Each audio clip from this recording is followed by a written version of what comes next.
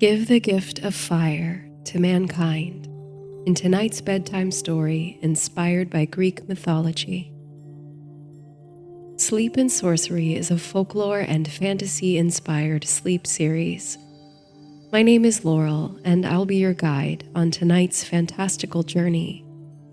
Sleep and Sorcery is one part bedtime story, one part guided meditation, and one part dreamy adventure. I'm here to help you fall asleep. So at any time during the story, feel free to let go of my voice and drift off. You can always come back to finish it later. If you're still awake as the story ends, I'll guide you through a soothing body scan.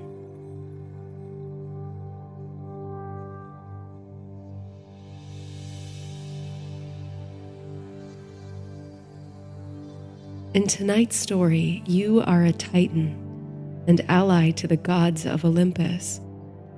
Your love of the race of man spurs you to advocate for them to the gods, even stealing fire to give to them.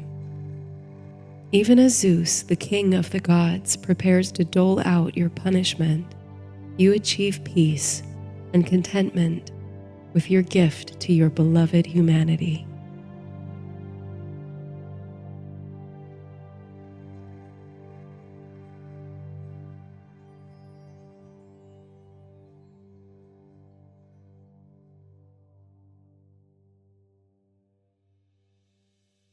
To suffer woes which hope thinks infinite, to forgive wrongs darker than death or night, to defy power which seems omnipotent, to love and bear, to hope till hope creates from its own wreck the thing it contemplates.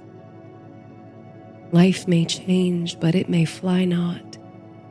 Hope may vanish, but it can die not. Truth be veiled, but still it burneth. Love repulsed, but it returneth. Percy Bysshe Shelley. Prometheus Unbound.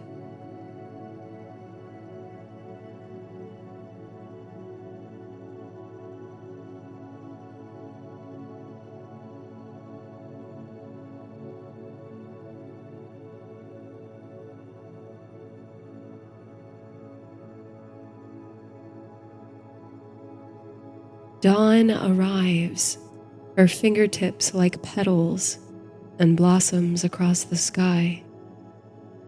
You have always cherished the thin golden veil that rides behind her and floods the land till it sparkles.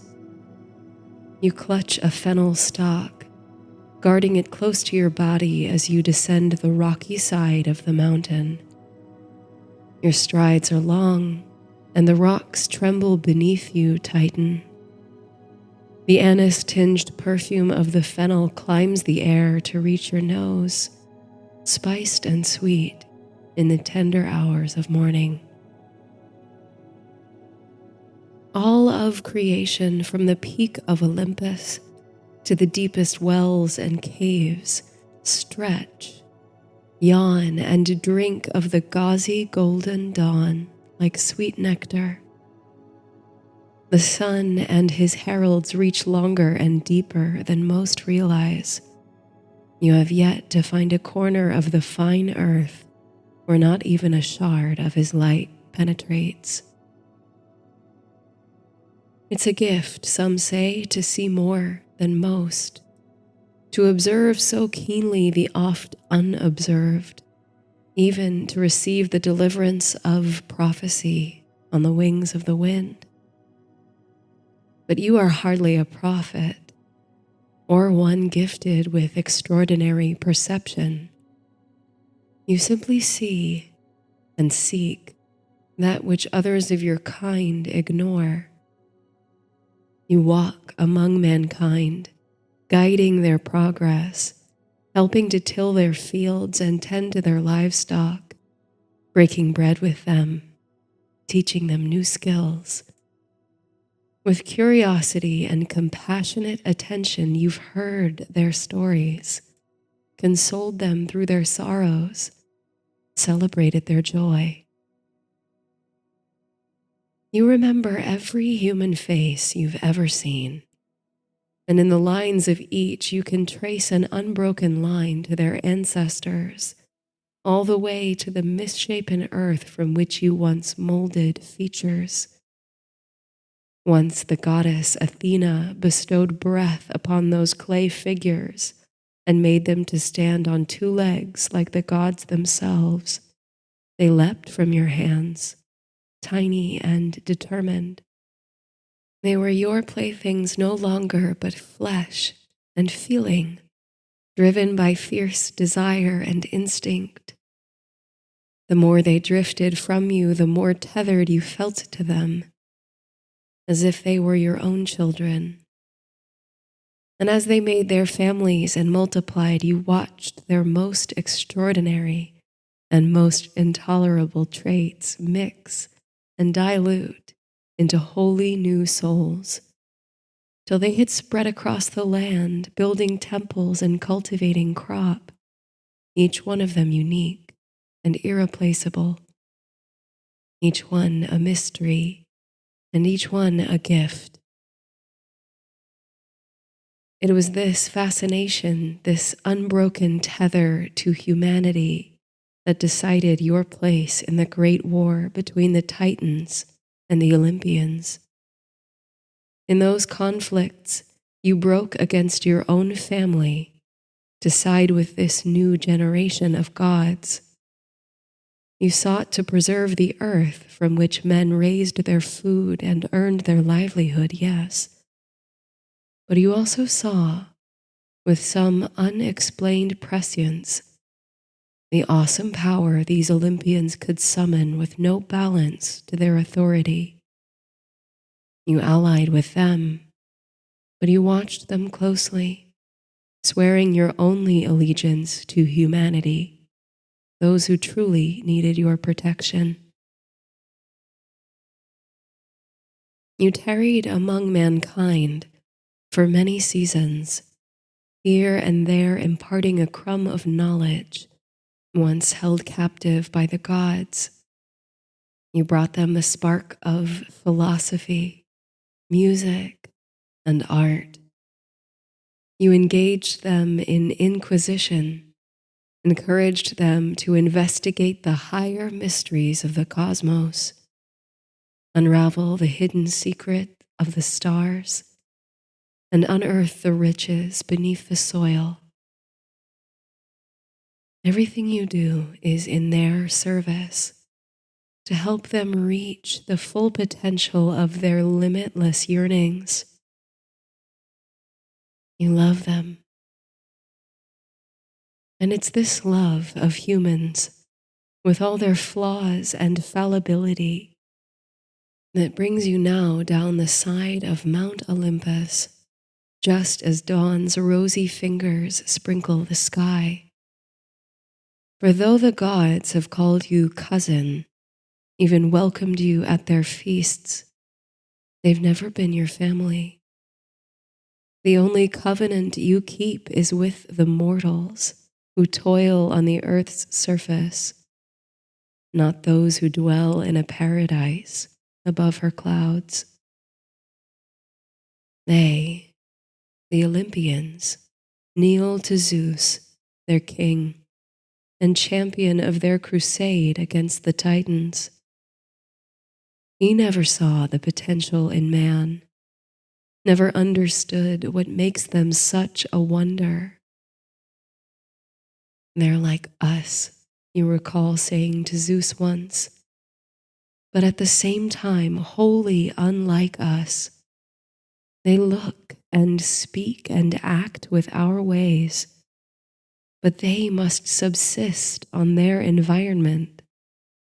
They must create and extrude to survive, but in the quest for survival, they've approached the divine. You pointed then to the music, art, and philosophy that blossomed from their daily struggles, the new refreshing life they brought to the world each day.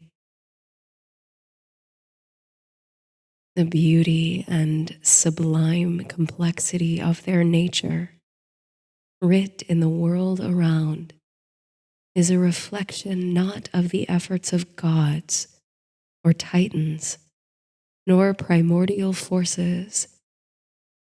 This world of man, you argue, is their explosive canvas to shape according to their will, not those of the Olympians. And still Zeus sneered upon them, these creatures who milled across the world he wanted for himself. He demanded sacrifices, devotion from them.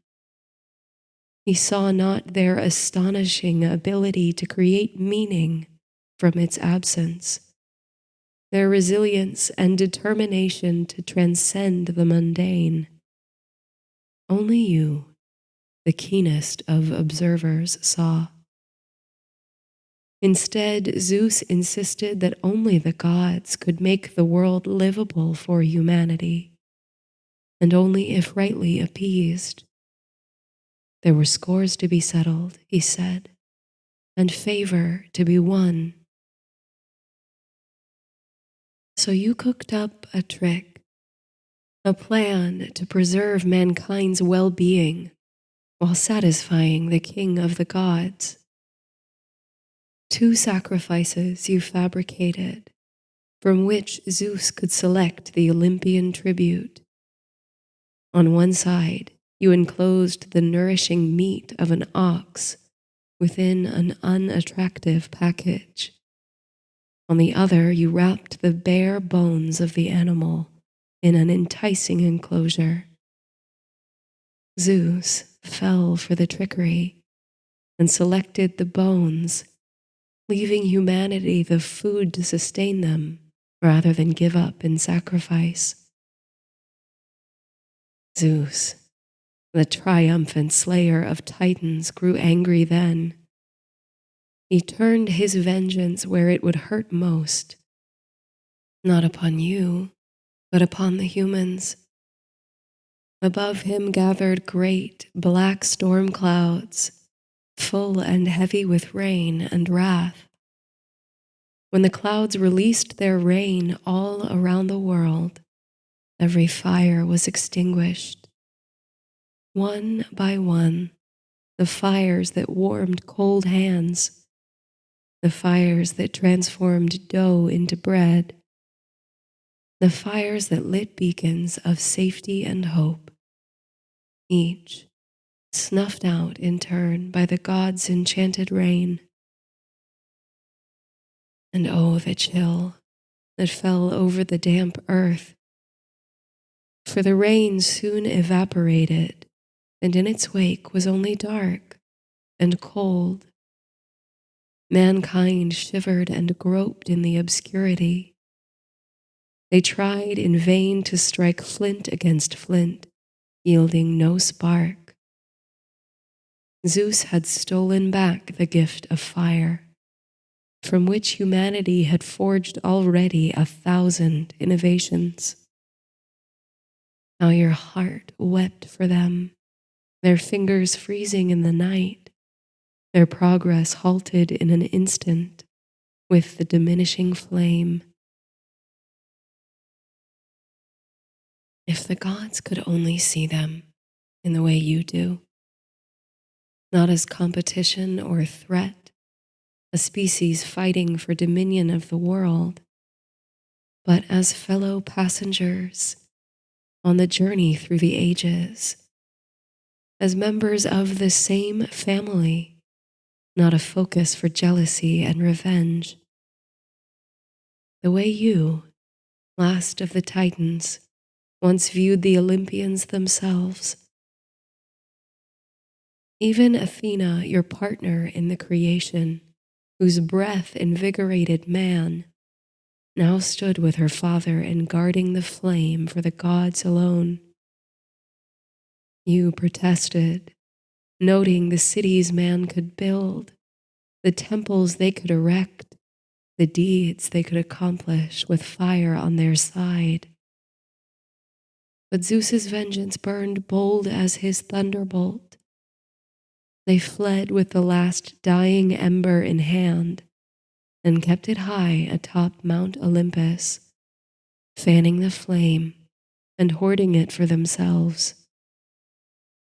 You remember the solemn image of that last torch of amber flickering as it traveled up the mountain and out of sight into the dark forge of Hephaestus, blacksmith to the gods. From that day, your brightest desire has been to restore that which the gods stole from humanity.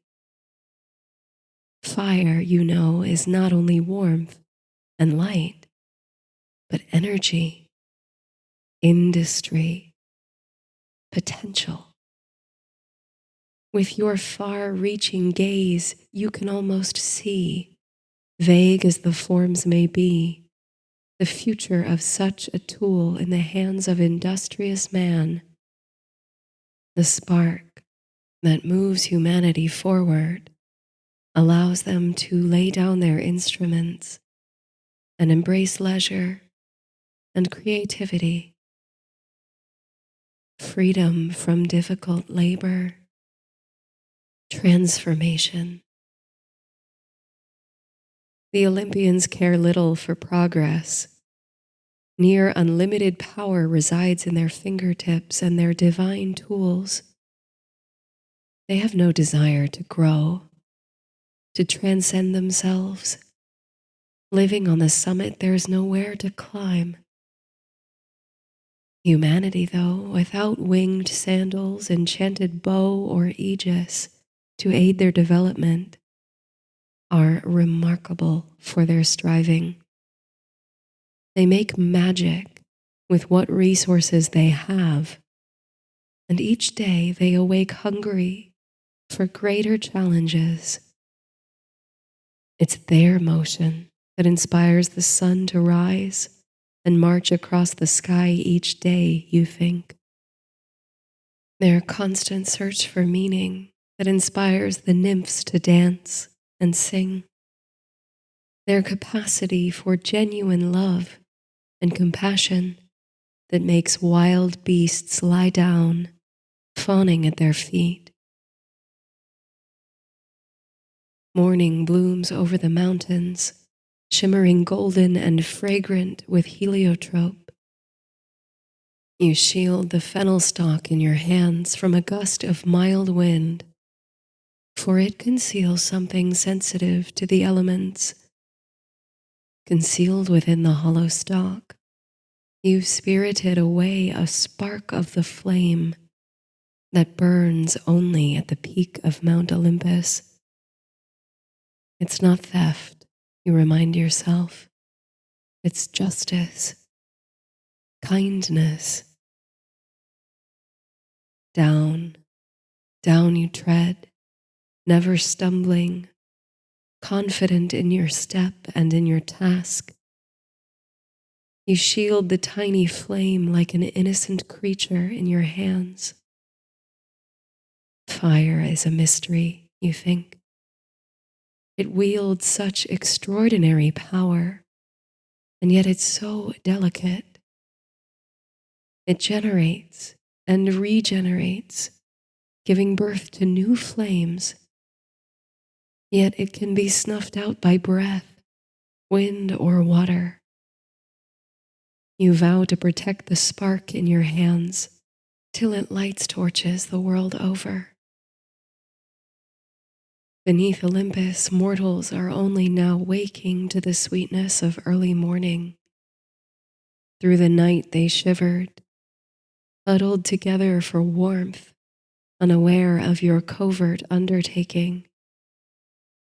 Now they rise, grateful for the sun's return, and the gentle heat that falls in golden curtains from his chariot. They're taking to the forests and fields to gather grain, forage berries and roots for their tables. There's no fire to cook their meat or bake their bread. But as they come, turning thankful gazes to the sun's rays, their eyes fall on you, taller than the trees, towering over their homes and fields.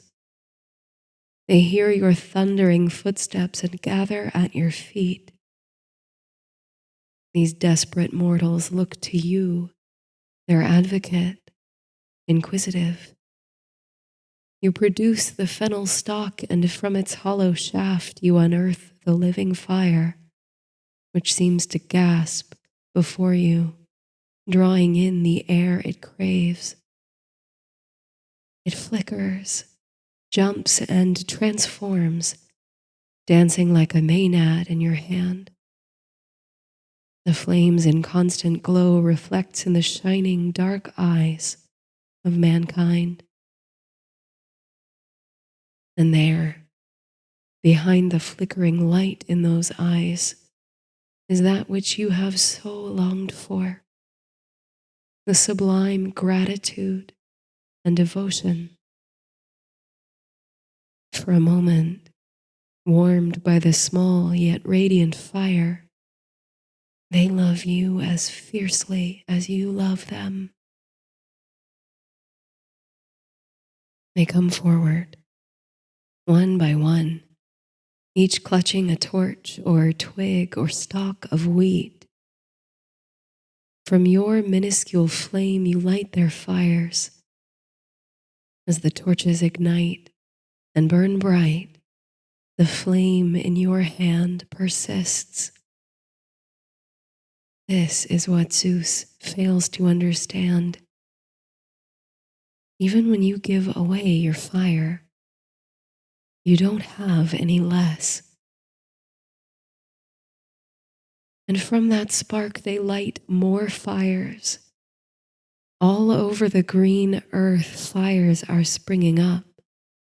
Beacons are lit, calling to each other across great chasms.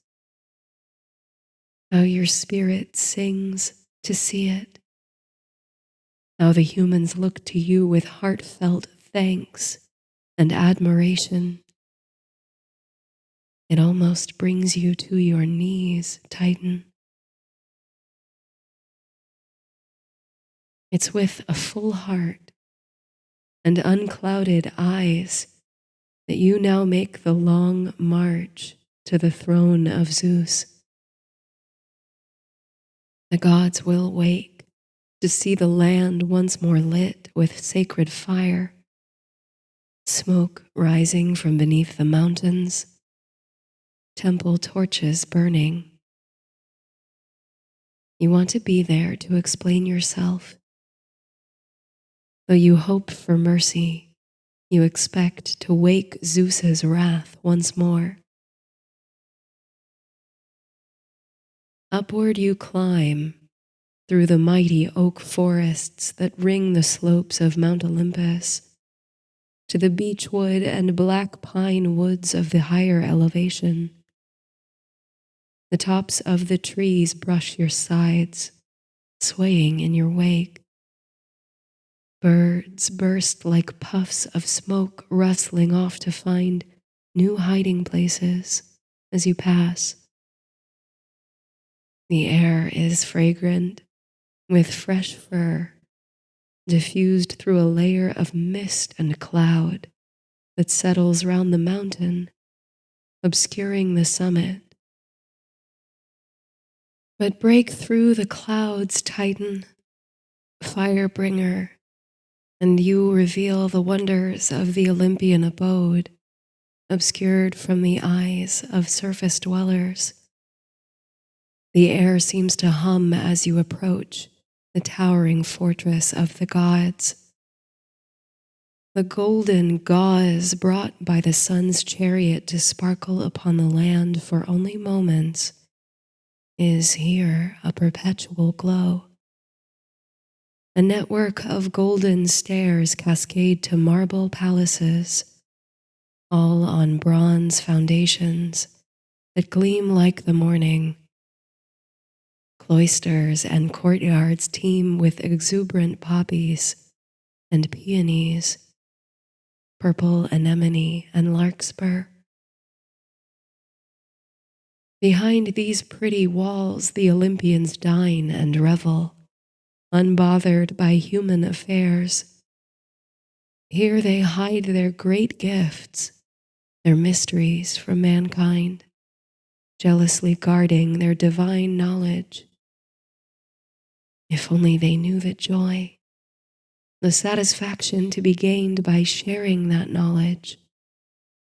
Were Apollo to teach mankind the art of archery, for instance, how they'd flourish. Should Athena, breath giver, instruct them to cultivate the olive tree she so prizes, imagine the wealth and bounty they could generate. The guardian at the gate is Carpo, goddess of harvest, ripening in autumn. On seeing you, her face grows dark, and even her shining auburn hair seems to turn dull, like the withering of golden autumn leaves at the approach of the first frost. She'll open the gate for you, she says, but she wishes you wouldn't go to the palace. Zeus, she explains, already knows of your betrayal, and he isn't happy. You thank the goddess for her sympathy, but insist that you must pass through the gate and face the king. Before you leave her sight, Carpo grasps your hand. Hers is so small in yours. There's nothing to be done, she says, but you might like to know that most of the Olympians are with you. Hermes, Athena, Apollo, but they won't move against Zeus. You feel a warm, tingling sensation in your chest and feel your cheeks flush at this. Thank you, you say, and leave the autumn goddess at her post. Olympus is quiet. Your footsteps fall with heavy thuds upon the golden stair, your heartbeat a constant drum, thrumming in your chest. Zeus will be waiting for you, you suppose. Whatever the punishment for your theft, it will be worth it. When you enter the marble throne room with its golden floor, this too gleaming as though bathed in Helios's auric rays, it seems to widen, expand, to accommodate your stature. Zeus, on his dais, is pale and still as carved marble, his expression grim and calculating. You kneel and note that the height of his throne only just surpasses you on your knees. This thought stills your racing mind. Whatever vengeance he deals upon you, he's only a child. Offspring of titans like you, terribly fearful of losing his power, longing for control over forces beyond him. You meet his gaze, seeing that fear tremble behind his eyes. For a moment, you even pity him. He's flanked by the other Olympians, also still and silent in the heart of the palace. Their faces betray admiration for your actions and sorrow for your situation. Even Hera, the wife of Zeus, looks on you with welling emotion. Hephaestus nods almost imperceptibly when your eyes meet. It was from his forge that you stole back the living flame, and yet he holds you in no contempt. Your heart swells with compassion for them. the Olympians, even Zeus. They chose to build walls around their world, to hide themselves behind a veil of clouds. They knew no better, and they feared mankind. Perhaps they will never see humanity the way you do, and for that, you are sorry. So with grace, you accept your punishment, and you allow yourself to be bound at the wrists before you leave the hall. They may bind your body, but the spark of change has already been struck. To the Caucasus Mountains you're sent, with Zeus's emissaries, and tied to the peak under a darkening sky. The moon drives her chariot across the heavens, following the path of her brother the sun. She reveals the stars, those patient wanderers in their nightly assemblage.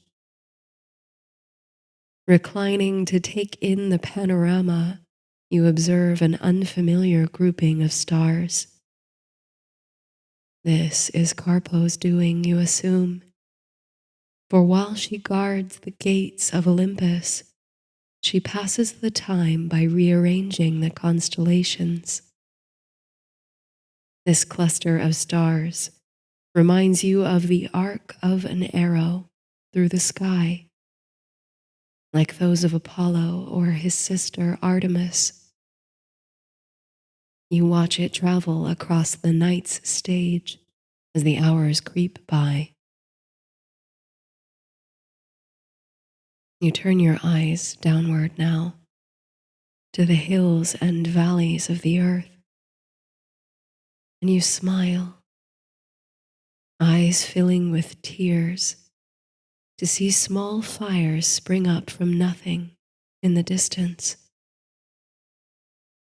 You think of the people warming themselves beside the flickering flame, and you think of the human blacksmiths who will forge their own tools in the shadow of Hephaestus, using fire to melt the ore from the ground. You think of the families who will eat well and safely tonight. From here, bound high atop the mountain, you can see how the world curves over the horizon.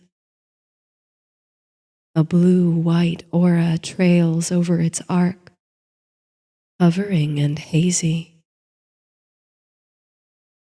It's a gift, some say, to see more than most. But you are no prophet, only a keen observer with unclouded eyes. Through the chilly night, you can see across the arc of history as though gazing down a long tunnel, all the way down to many possible futures. Your mind connects the faces of humans, familiar yet new, as though assembled from the features of those first clay figures you molded. You can see the spark of creativity leap from tree to tree in a forest of change, spreading boundlessly and wild.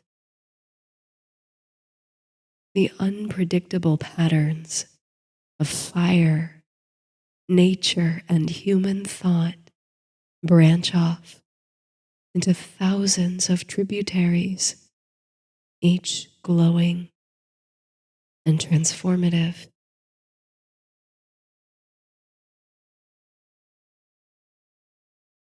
Somewhere in the sea of possibility,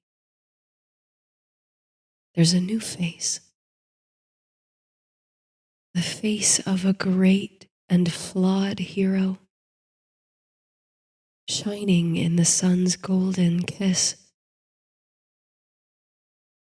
the one who will set you free someday.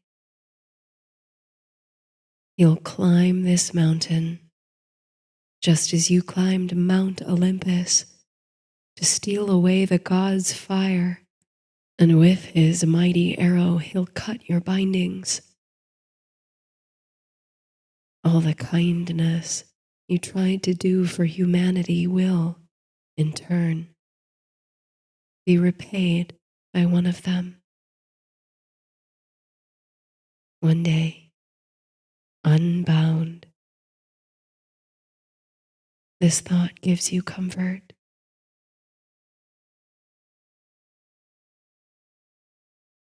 Thy godlike crime was to be kind,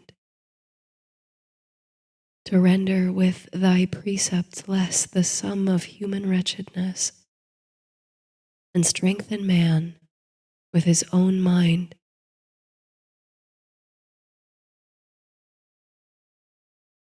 The night swells and softens. Cicadas hum in the mountain trees. The stars trace their wanderings across the sky. Your mind slips into meditation, then into mellow dreaming. In the morning, dawn will touch the sky with tulips, heralding her brother's chariot.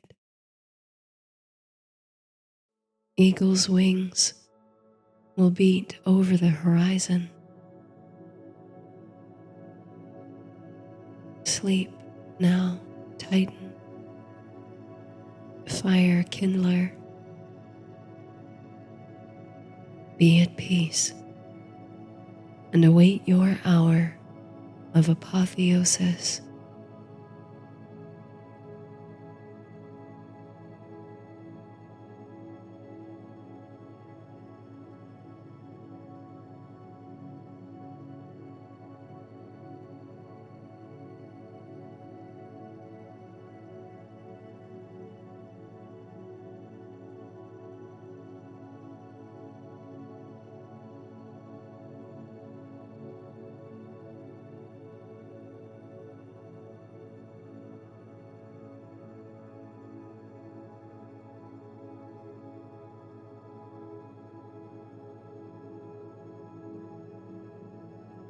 Be still and quiet your mind by bringing soft awareness to your body, lying on your sleep surface. Breathe. Let your breath deepen, filling up the belly and nourishing every part of you, then rinsing out with your exhale.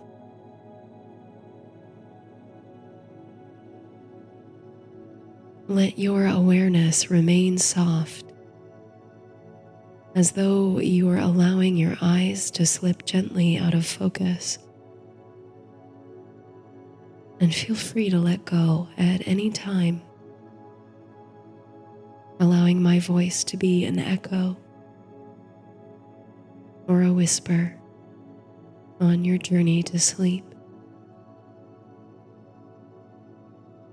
Let your soft focus travel throughout your body, as though you're carrying a small torch or a handful of living flame and shining its warm, diffuse light on each body part as I name it.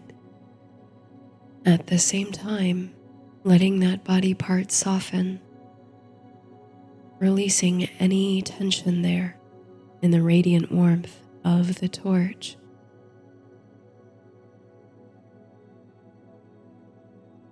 Left sole of the foot,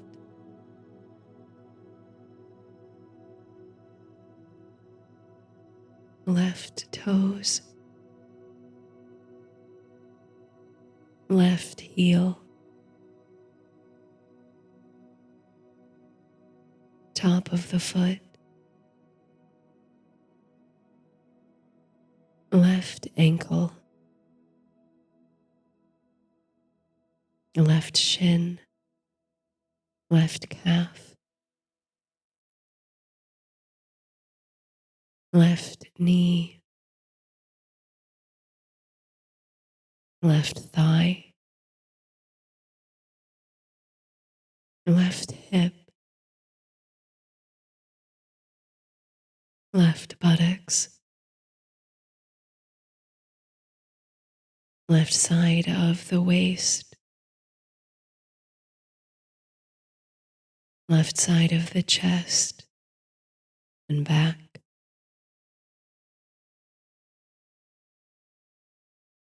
left shoulder,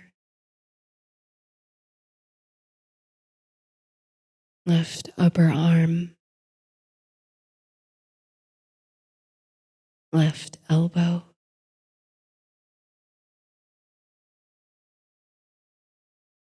left forearm,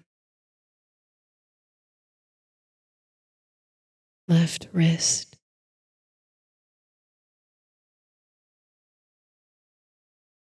palm of the left hand, back of the hand, left fingers, right sole of the foot, right toes, right heel, top of the foot, right ankle, right shin and calf, right knee, right thigh, right hip, right buttocks, right side of the waist, right side of the chest and back,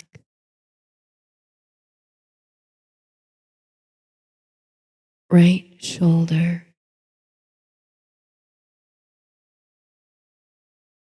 right upper arm, right elbow, right forearm, right wrist,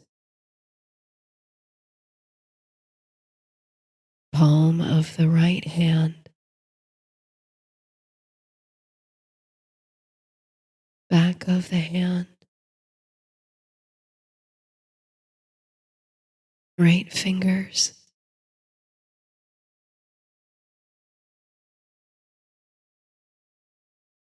now shine the gentle warmth and light on the neck and shoulders, softening there, releasing tension.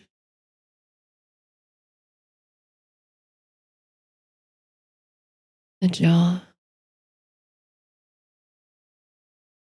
the left ear,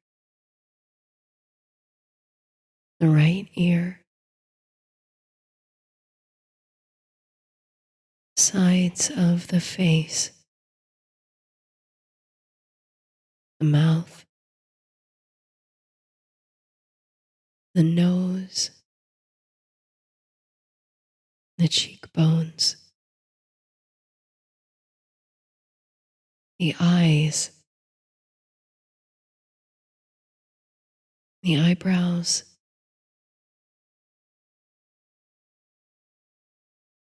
the temples,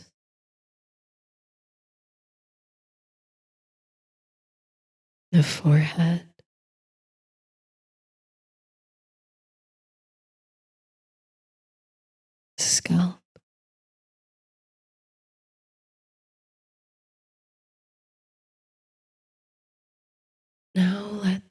whole body be bathed in warmth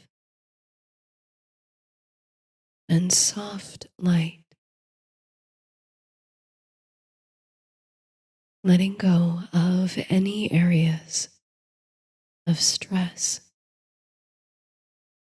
or tension, allowing the warmth to massage them away.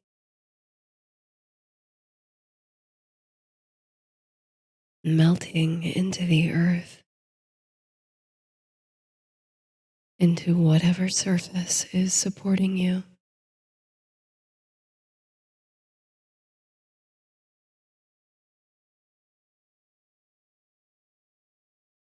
You are more than your gifts. You are worthy. You are loved. And you are limitless.